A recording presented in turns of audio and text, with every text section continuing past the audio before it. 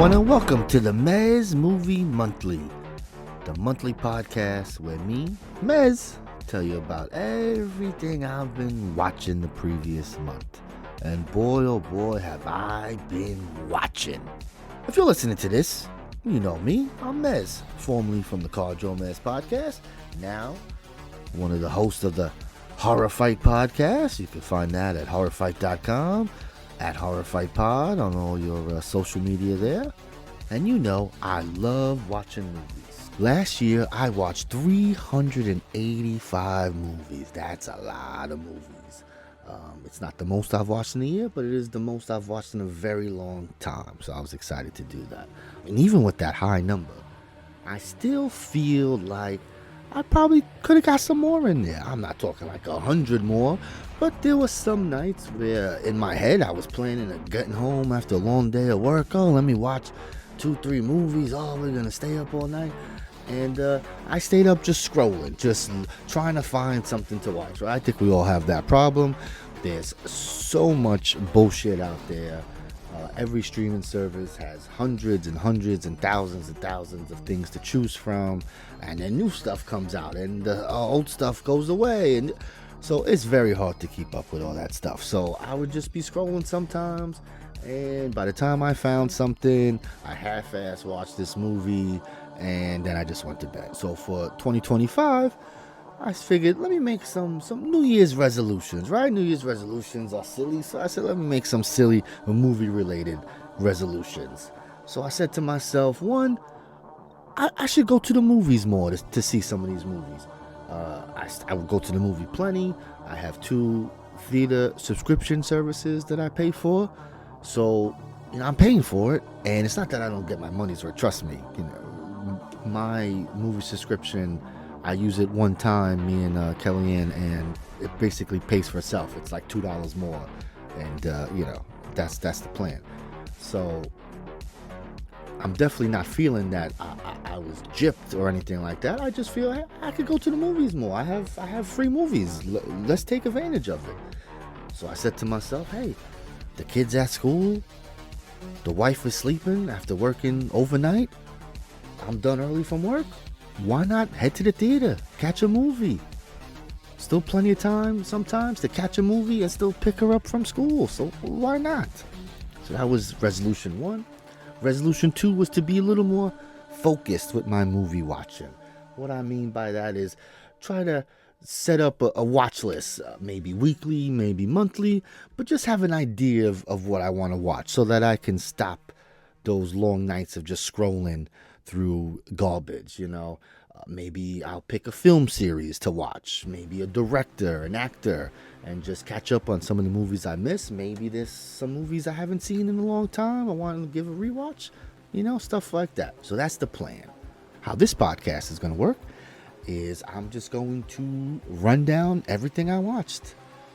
Sometimes I'll talk for a minute or two. Sometimes I'll just give it was alright, it sucked, and move on.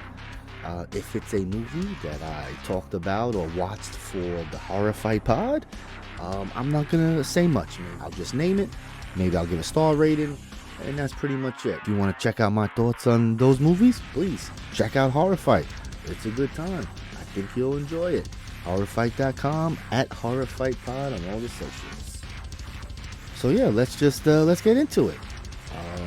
January 2025, I watched 44 movies this month. My focus was to watch the films of Park Chan-wook, one of my favorite directors. From the moment I watched Oldboy, instant classic, instant favorite. I wanted to see what else he was doing, and I did. I caught up on some of his other movies, but there's still some movies I never saw his debut, and some of his later stuff I never got around to seeing since having a kid. I've put off certain things. So that's the focus. The rest is just gonna be watching stuff from my watch list. I'm always gonna put some movies from my watch list. That's another thing, right? I have a watch list, letterboxed, give out the stats at the end of the year. I have a watch list of over 300 movies. I think I watched 12 for the entire year.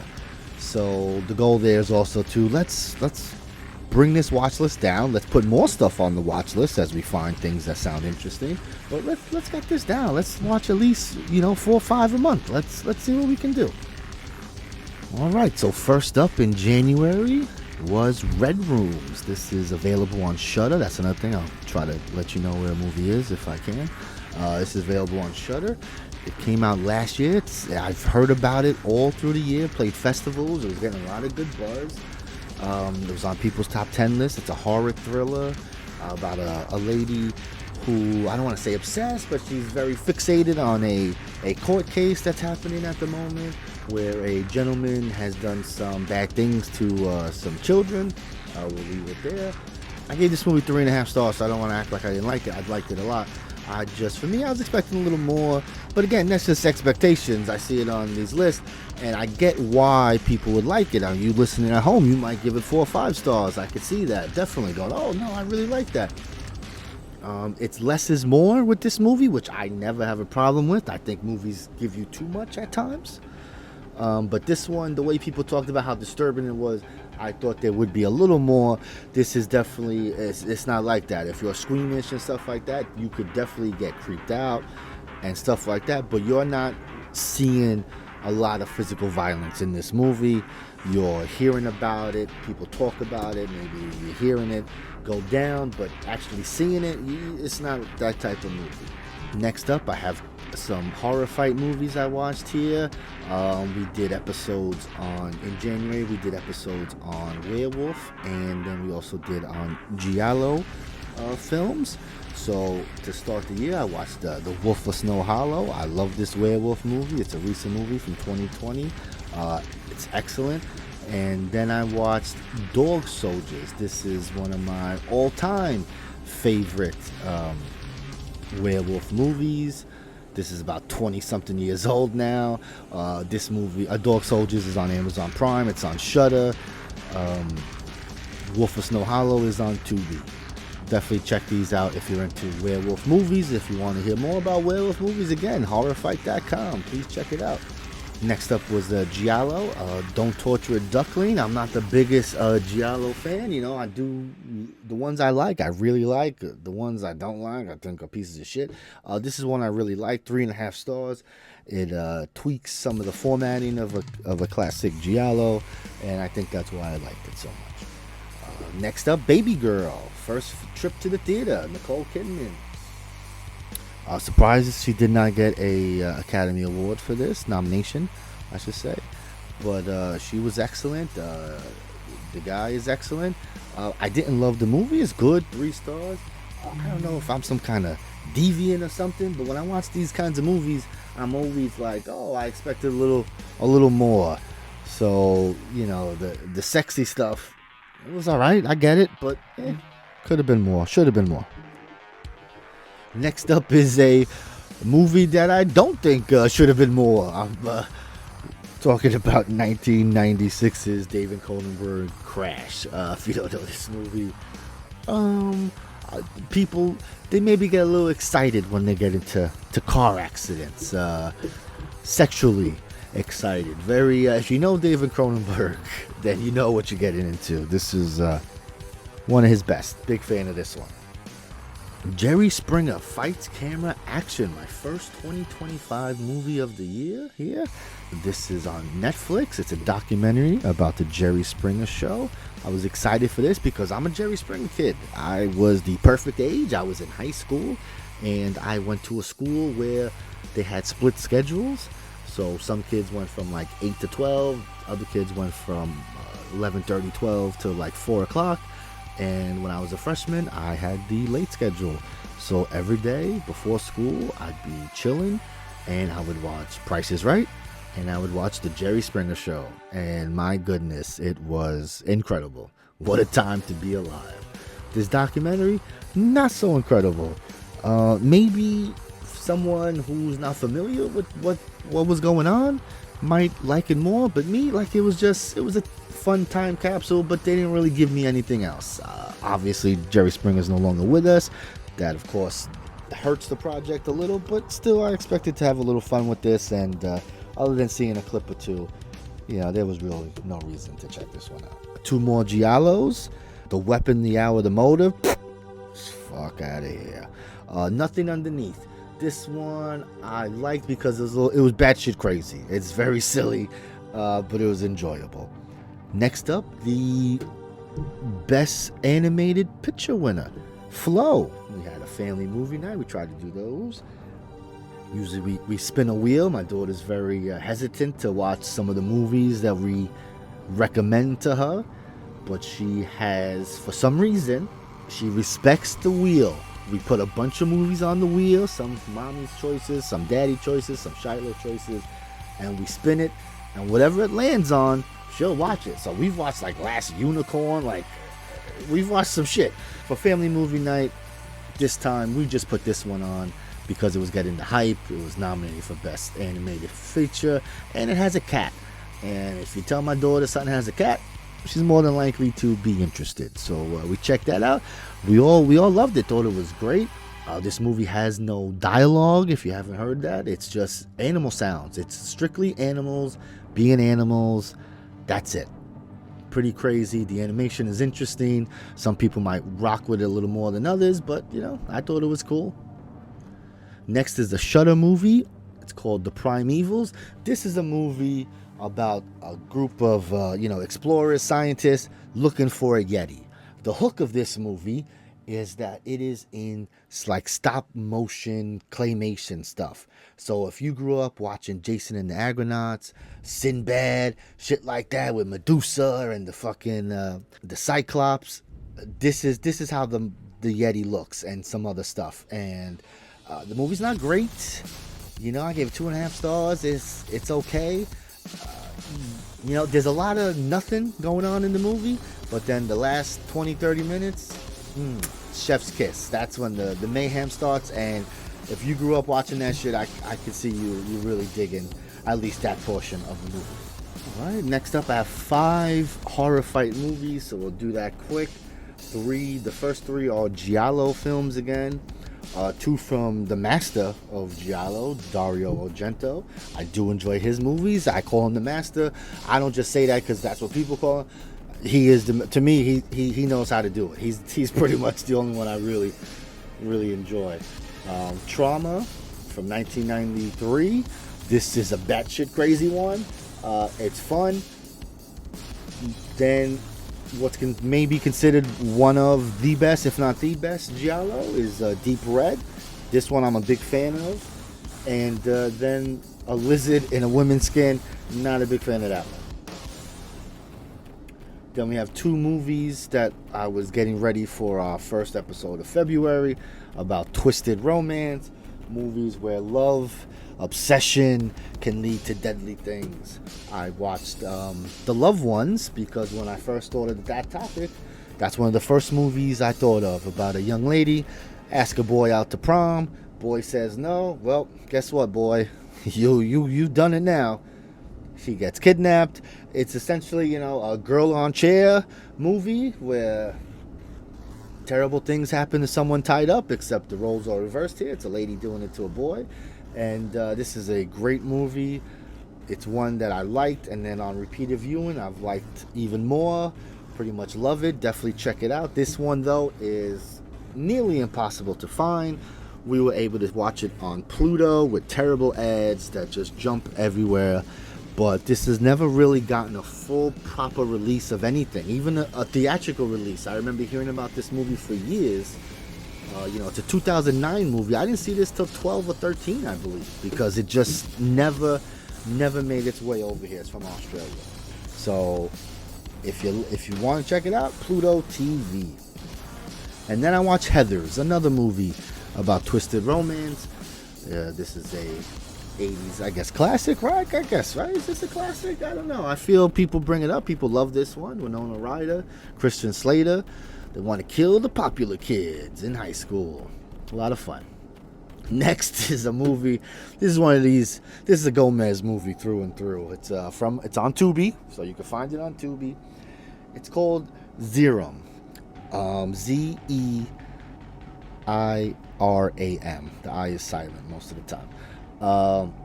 This is so. I don't know. I'm gonna say this. I don't know if it means anything to you guys. If you grew up watching shit like The Guyver, like that kind of movie where it's a guy in a suit fighting monsters in suits, basically like fucking Power Rangers. I was a big Power Ranger kid. This is basically like a Power Ranger episode. I want to read this description here, this synopsis that they have on the Letterboxd. Two average Joes working in the electronic service industry stumble upon the intergalactic bounty hunter and her partner, the artificial intelligence named Bob. Both men are actually transported to the zone, a virtual reality in which Bob has trapped Leah's latest prey, a biological weapon named Zerum. Okay, this is the best. It's 90 minutes. It's quick, it's fun, it's stupid.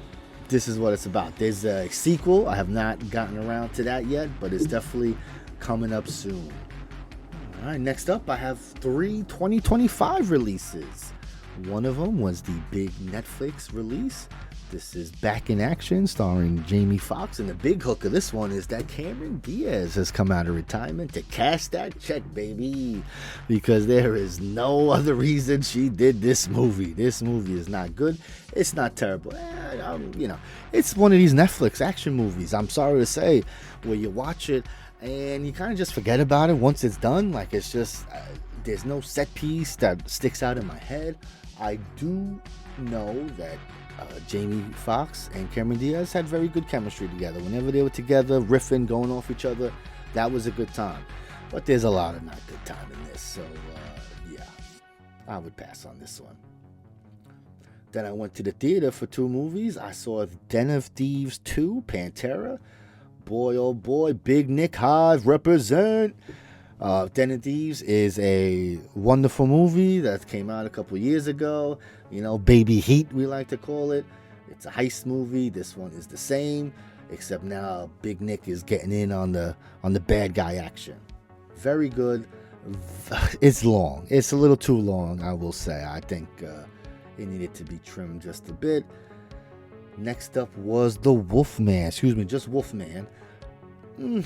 I didn't hate it, but it was not the Wolfman movie that I was looking forward to seeing. I just wanted to see some werewolf action, and yeah, the cast, everything about this movie I felt was just okay. Like, it's okay. I think some people might dig it a little more, but I wasn't really. Ghost Dog, The Way of the Samurai. This movie was one that I haven't seen. It's always been on people's list of great movies, great New York movies. It was fantastic. It's available on Criterion and Max. Forrest Whitaker is a samurai, an assassin, living up on the rooftop with his birds. It's good shit. It's a great time. Our first Park Chan-wook movie. I watched his. It was not his debut. I may have misspoken in the intro. He has made like 2 or 3 movies before this one. He doesn't like to acknowledge them. He realizes, hey, I was young. I was figuring out my craft. You don't need to go out of your way to see those. Start with this one. And this one is called Joint Security Area. This was, I don't know if it still is, but at the time of its release, it was the highest grossing Korean movie of all time. And it makes sense. It's about 2 Korean soldiers are killed on the border of South and North Korea. Because there's a border, they have soldiers who mine the border at all times. This is the story of some bros. This is a movie about bros being bros, the power of friendship. It's just a really good movie, really sad at times.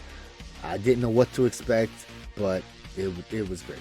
Next up, I did a double dose of Vin Diesel for some reason. Well, I'll tell you the reason. I decided to watch Bloodshot. I haven't seen that one.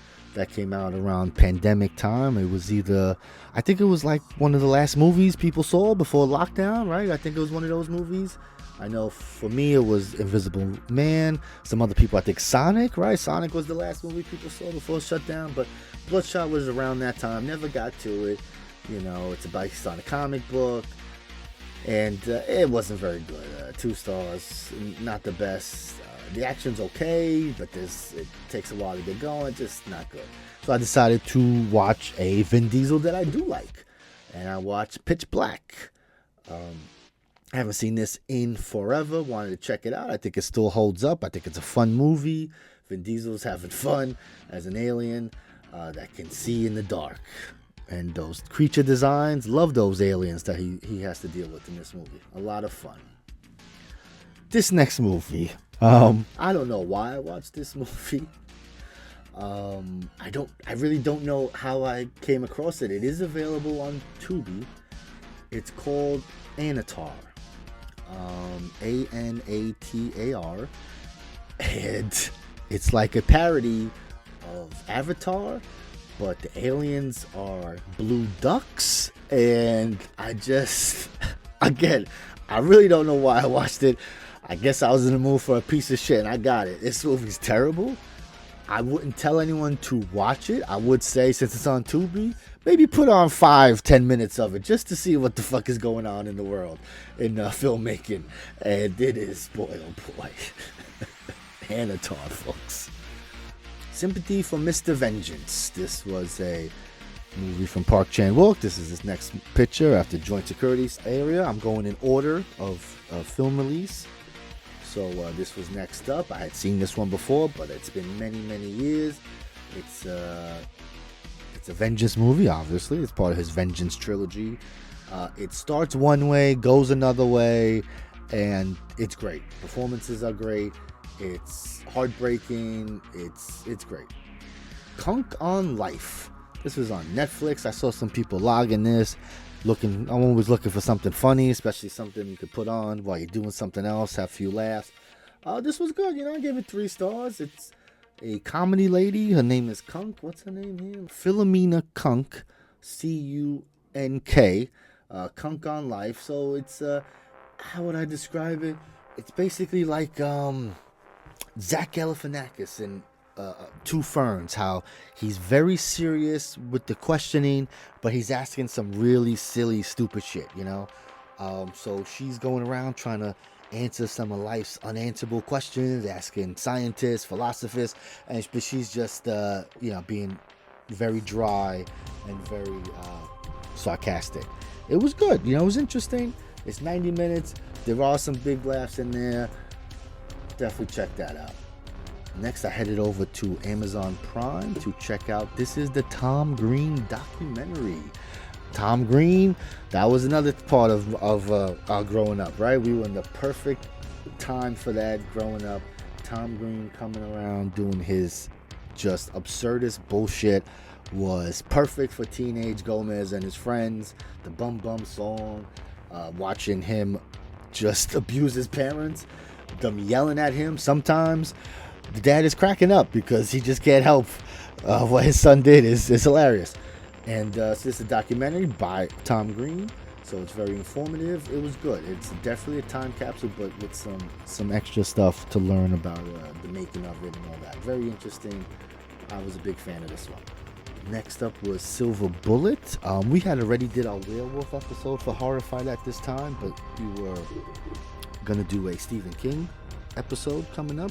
So I started watching some Stephen King movies, and I put on Silver Bullet. And you know what? I was sad that I didn't get to watch this for the werewolf movie, because I would have threw it on my list, because I love this movie. I'm a big fan of this movie. I think the werewolf is good. I love Gary Busey's performance here. Corey Haim is fantastic in this. It's just a good-ass, fun 80s werewolf movie. Got a Shudder original, Grafted. It's a body horror movie. I won't give too much into it, but it's interesting. All right, we have Lady Vengeance, the third and final Vengeance movie in the trilogy. This one, this Old Boy is one of my all-time favorite movies, but this is up here too. Lady Vengeance is fantastic. A lady goes to jail, she gets out of jail, and now it's time to get revenge on those who imprisoned her wrongly convicted, I should say, for 13 years. Fantastic movie. This one also takes a turn towards the end that is just, wow. What an unbelievable ending. Great shit. back to Amazon Prime for a new horror release called The Calendar Killer. This one I watched because it had a very good premise. What The Calendar Killer does is he gives you a choice. He goes, hey, I'm gonna kill you in 7 days. I'm gonna kill you unless you kill your husband. Right? Doesn't that sound good? Yeah. You don't really get a lot of that. You get some other shit. I won't get into it. I think some people might like this a little more than me, but I wasn't really feeling it, especially because I was really into seeing that premise unfold. And it does to an extent, but it's not. I don't want to say like I need to write the movie, but it's not how I would have done it. Like I would have expected a little something else. Went on to Tubi for this next one, Mr. Creep. It's a found footage movie. I was in the mood for a found footage movie. It's been a while. And this one, while not like fantastic or great or anything, but it's good. And it's very good with using the found footageness of it. Like the way they go about compiling their footage is very good. And it's only 66 minutes long, so hell yeah, baby. From 66 minutes to 3 hours and a half, I'm talking The Brutalist. I went to the movie to see this. I thought about just waiting to see it when it came out on VOD or wherever streaming service it's going to be on. But I wanted the full experience. This is a long movie, right? You know it's long going in. That's part of the gimmick. It's so long. There's an intermission, a built-in intermission. At one point in the film, it stops. A picture comes on the screen, and there is a 10 or 15 minute, maybe 15 minute intermission, and then it comes back. And so I really wanted to experience this. You know, I've been to the movies. Me and my wife, we went to the movies to see a $5 movie one time. So, you know, we about that life if it's good. This movie, I wasn't the biggest fan of it. I like it. I think it's good. I think Adrian Brody is fantastic. There's lots of things that I like. Mostly the first half. I really loved the first half. I was like, oh, wow, this fucking movie's great. And then the second half starts. They introduce some characters that I wasn't vibing with. They do some things that I get some of the ideas as to why we're taking these turns. But it took me out of the movie. So, listen. It's still great. It's still very good. I gave it 3.5 stars, so it's not like I'm saying this is a bad movie or anything, but I know a lot of people are really, really digging this movie. Adrian Brody's great. Definitely deserving of the Oscar. I'm a cyborg, but that's okay. This is Park Chan-wook's movie. So the funny thing about this movie is he said he wanted to make a movie for his daughter, but he has a young daughter, so he wanted his daughter to be able to enjoy going to the movies, watching movies. The movie is about a girl who thinks she's a cyborg, so she gets locked up into an institution, goes on a hunger strike because she can't eat. I'm a cyborg, what am I gonna eat? So it is funny at times, but it's very sad too. It's good though. It's definitely the least to me of the Park Chan-wook movies, but still good. Still 3.5 stars. So I mean, if that's the worst movie in your filmography, you're doing something right. Next up was another trip to the theater. I checked out Steven Soderbergh's newest movie, Presence. The hook for this movie is the POV of a ghost. You're in a house and you're the ghost. You're watching what the ghost is watching. I guess you're walking, I don't know, ghost walk, fly, whatever. You fly across the room, you're watching a mom and a son talk, and then the ghost goes down to the basement, and the dad and the daughter is talking, and the movie's told through that. It's interesting, but the movie's not great. Next, I went to the movie theaters, saw Presence. This is Steven Soderbergh's new movie.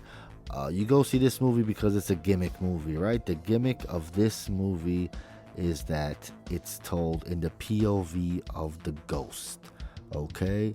The ghost is walking around the house, floating around the house, whatever the ghost does. I don't know. Does the ghost have feet? Is he floating? I don't know.